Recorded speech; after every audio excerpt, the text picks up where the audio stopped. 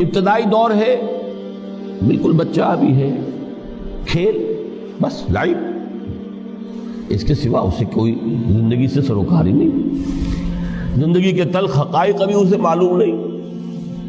بھوک لگی تو رو پڑے، ماں نے دودھ پلانا ہے، کھلانا ہے، ان سے تو کچھ نہیں کرنا اس نے، وہ لائب ہے، کھیل۔ لیکن تھوڑا سا آگے چلتے ہیں، ٹین ایجر سٹیج میں جب داخل ہوتا ہے آدمی تو اب وہ نرا کھیل، معصومانہ کھیل نہیں رہتا، اس میں تلذذ، سینشول گریٹیفیکیشن کا عنصر شامل ہو جاتا ہے۔ اب اس کے کہا لہو، اعلموا انما الحیات الدنیا لعب و لہو۔ ذرا آگے بڑھیے تو انسان پر سب سے زیادہ دھن سوار ہو جاتی ہے، بناؤ سنگھار، میرا لباس فیشن کے مطابق ہو، کہیں ایسا نہ ہو مذاق اڑے۔ اپنے لباس کے بارے میں بہت کانشیس ہوگا، اپنے ہیئر کٹ کے بارے میں بہت کانشیس ہوگا، ہر چیز کے بارے میں بہت کانشیس۔ زینت، بناؤ سنگھار، آرائش، زبائش۔ اس سے ذرا آگے گئے، تکاثر فی الاموال والاولاد، تفاخر بینکم۔ یہ سمجھیے کہ تقریباً 30 برس کی عمر جب انسان کی ہوتی ہے، اب فخر، تفاخر، یا دولت پر فخر ہوگا، یا نسب پر فخر ہوگا، یا اپنی کسی سیاسی حیثیت پر فخر ہوگا، اپنی چودراہٹ پر فخر ہوگا۔ تفاخر بینکم، جس میں جان میں چونکہ توانائی ہوتی ہے، قوت ہوتی ہے، لیکن اس کے بعد جب عمر ڈھلی بڑا ریئلسٹک ہو جاتا ہے انسان۔ پھر یہ جو چوتھی سٹیج تھی، اس میں تو یہ کہ مونچھ نیچی نہ ہو، چاہے سب کچھ میں اپنا خرچ کر دوں، داؤ پہ لگا دوں، لیکن مونچھ نیچی نہیں ہوگی۔ آخری سٹیج وہ ہوتی ہے کہ پھر ہوکا لگ جاتا ہے آدمی کو، تکاثر فی الاموال والاولاد، مال اور اولاد کی کثرت کثرت کثرت۔ اب یہ ہوتا ہے کہ مونچھ نیچی کیا، مونڈ بھی دی جائے تو کوئی حرج نہیں، مال آنا چاہیے، ویری ریئلسٹک۔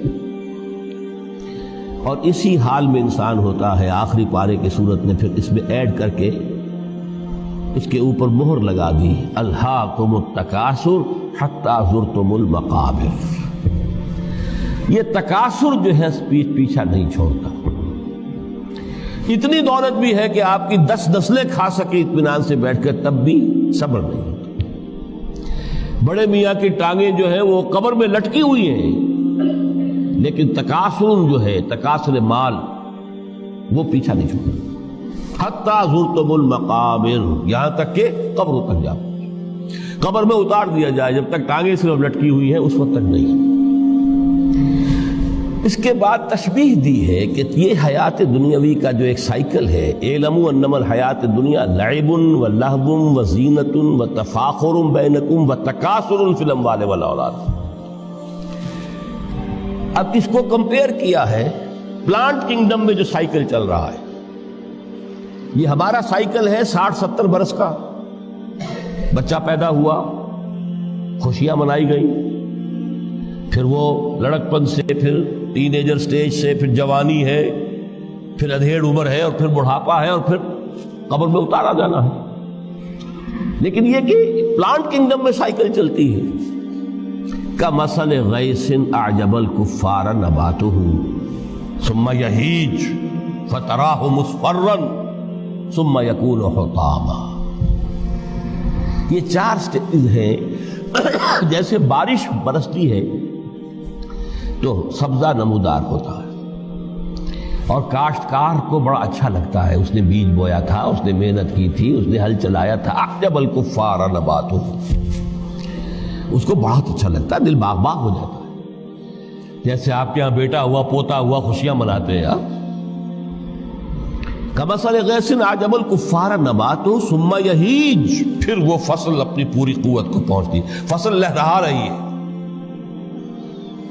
فتراہ مصفرا، پھر وہ زرد ہو جاتی ہے، وہ ہریاول اب ختم ہوئی ہے، اب فصل پک گئی ہے، اب وہ زردی پر آ گئی ہے۔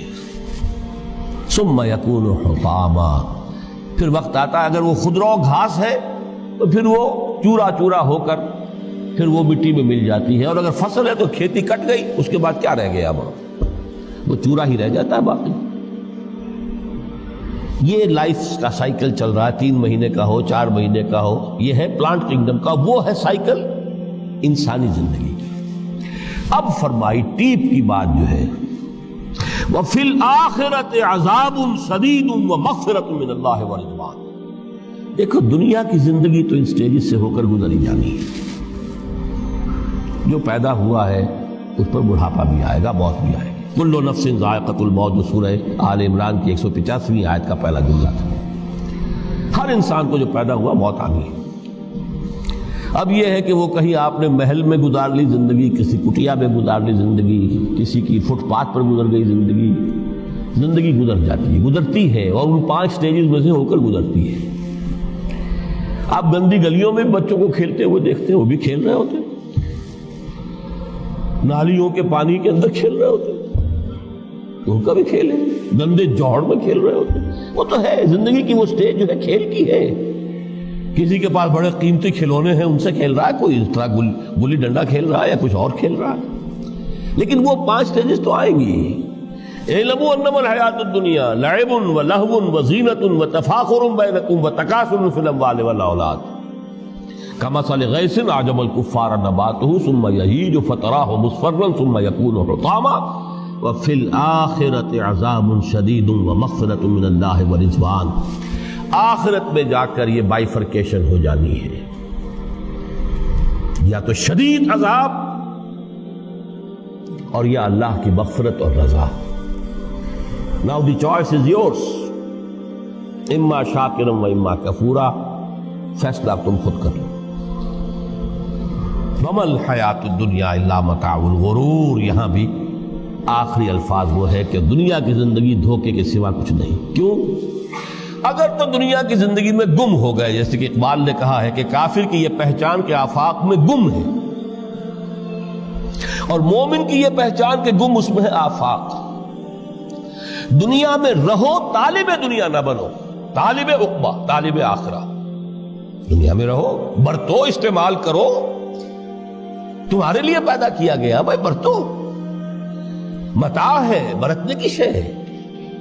ہاں حلال اور حرام کی پابندیاں سامنے رکھو، باقی برتو۔ مطلوب یہ نہ ہو، مقصود یہ نہ ہو، مطلوب آخرہ ہو۔ انما الدنیا خلقت لکم وانتم خلقتم للآخرہ۔ منزل وہ رہے، مستحضر رہے، سامنے رہے کہ میں تو اجنبی ہوں، یہاں یہ میرا وطن نہیں ہے۔ الدنیا سجن المومن و جنت الکافر۔ جیسے کسی پرندے کو کسی پنجرے میں بند کر دیا گیا ہو، اس طرح ہمیں اس دنیا میں بھیج دیا گیا، اللہ کی مرضی ہے، اس نے بھیجا ہے۔ جب تک وہ چاہتا ہم رہیں گے یہاں، لیکن ہمارا دل یہاں نہیں لگے گا۔ بازار سے گزرا ہوں، خریدار نہیں ہوں، طالب دنیا نہ،